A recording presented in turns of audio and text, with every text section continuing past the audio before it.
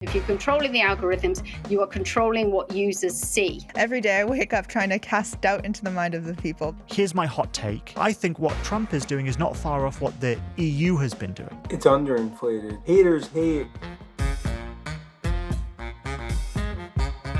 Hello and welcome to The Dip. We're going to be connecting the world of money to the US and the US to the world of money. I'm Cassandra. And I'm Daniel, and this is the Q&A edition. So if you want to leave us a question, just drop it underneath this video on YouTube if you are watching on YouTube. And if you're not, then go to YouTube and leave it there. And you can leave a question underneath any of our episodes, and we will put it to experts and correspondents to get you the answer you need. Now, as we know already, TikTok is being forced to transfer a chunk of its control over to U.S. companies. The current Chinese owner, ByteDance, will keep 20% control. Now, there's a lot of details we don't know yet, and a lot of this, of course, the devil is going to be in the details. And we are waiting for approval on the Chinese side. Yeah, but we've got a question on the DW News YouTube channel asking about this. Steve Borg Malta says, Trump wants TikTok under his control to spread more lies, maybe. He got Twitter already.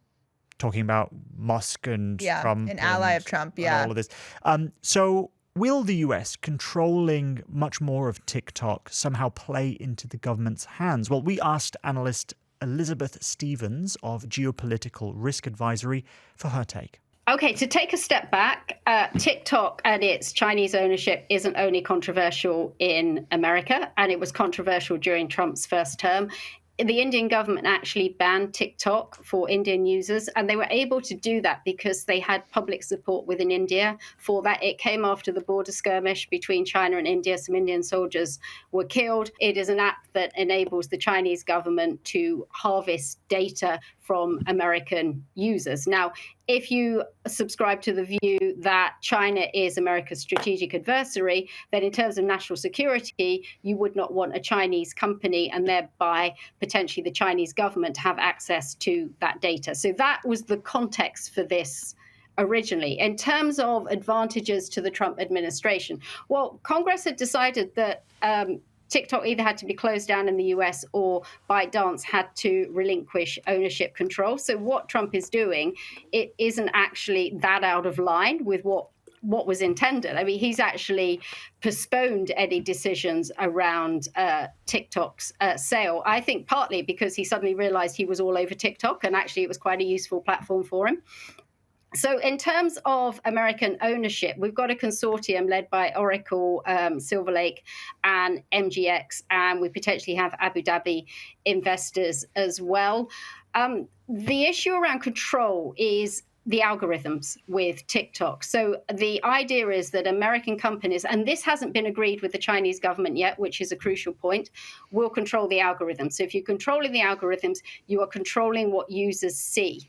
And that is crucial because if the argument of the Trump administration is China's using TikTok to spread disinformation, then it is important that an American company can control the algorithms so they prevent China from doing that. Now, the next question becomes, does that mean that billionaire investors who are sympathetic to Trump will then control algorithms that support the Republicans over the Democrats? Potentially, that is a risk. That's the unknown question at present. So that would be the way this sale could benefit Trump. In terms of the national security interests of the US, one would have to argue that American ownership and control of algorithms is preferable to Chinese ownership.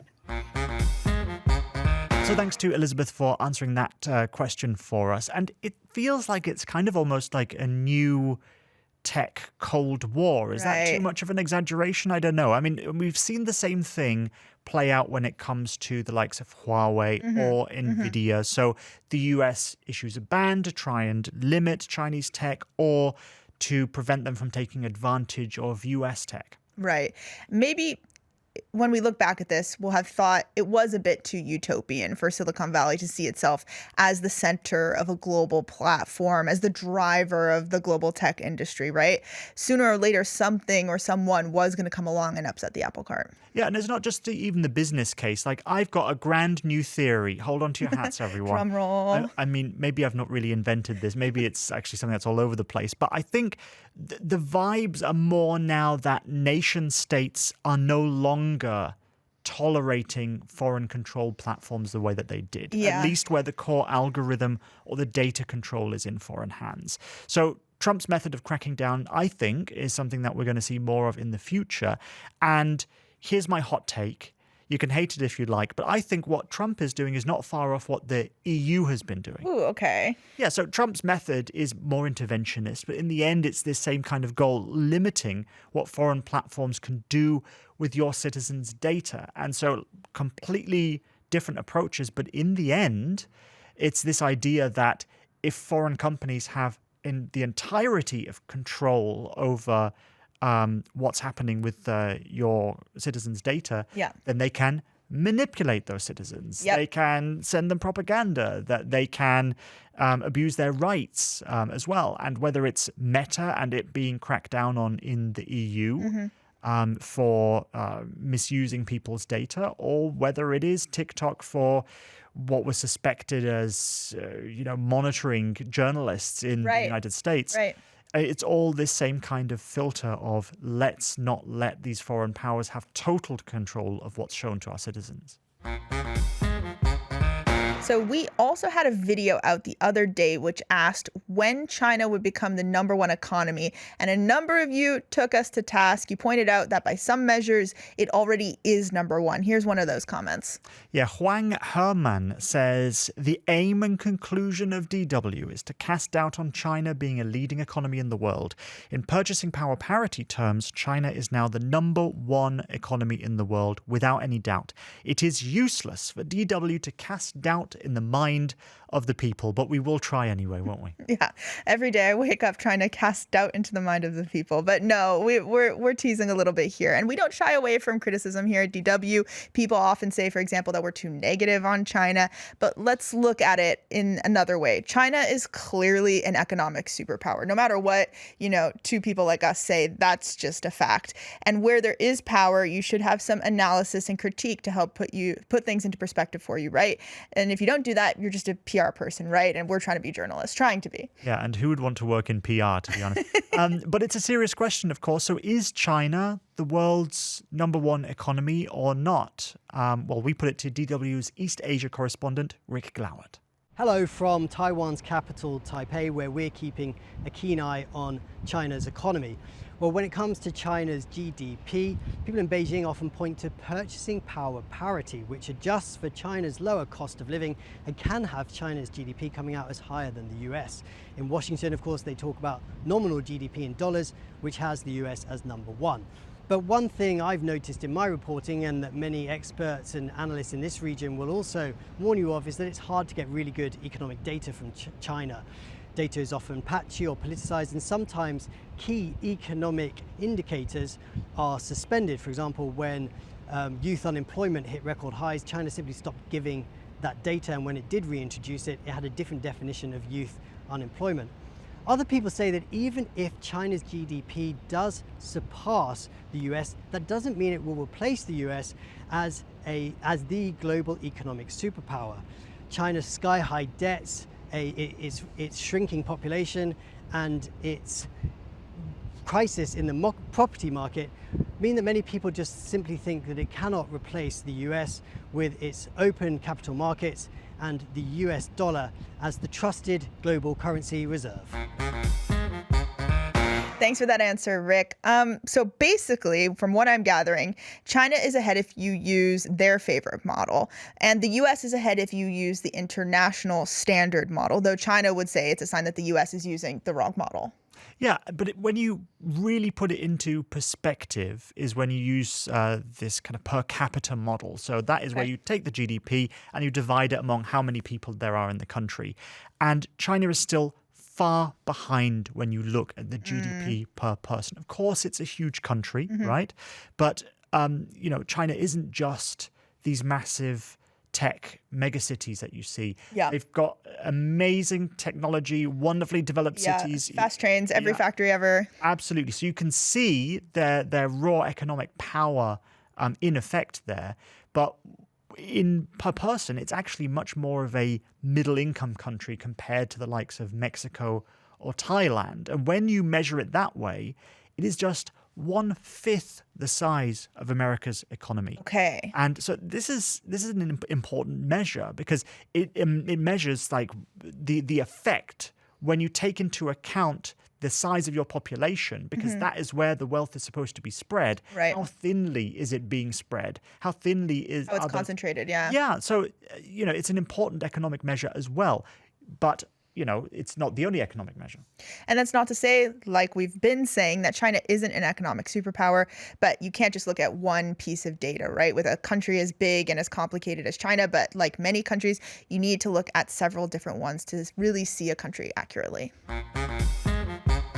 This next one here is from Adrian Pintea, and it's less of a question and really more of a statement. But he says the AI need is overinflated and the energy needs are not feasible for the current infrastructure. I imagine that when the bubble bursts and we find significantly fewer beneficial use cases for AI, a lot of these skilled workers will be let go. Right now, they are investing on a trust me, bro dream.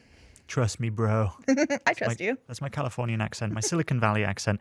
And you might remember last week we spoke to Dan Ives of Wedbush Securities. He's a tech analyst. And we put your question to him, Adrian, and here's what he had to say. It's underinflated. Haters hate. This is the start of a tech revolution. And I actually think there's going to be more tech jobs over the next 5 years than have been created over the last 5 because of AI.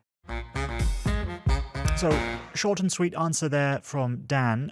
Cassandra, what do you make of it? Yeah, well, one important thing to remember here is that AI doesn't need a ton of use cases, right? If it can really hit the jackpot when it comes to, say, drug discovery or office productivity, then it can really justify some of these valuations, right? Let's think back to, many of us have seen Mad Men, but the secretarial pool before email and using a word processor to type your own messages and emails, you had to have someone to do it. But nowadays, how many offices actually have this kind of a service? So if there can be this thing, this jackpot that AI is able to seize a hold of, then it would have potentially have hit this $1 trillion mark that so many valuations have put it to at this point.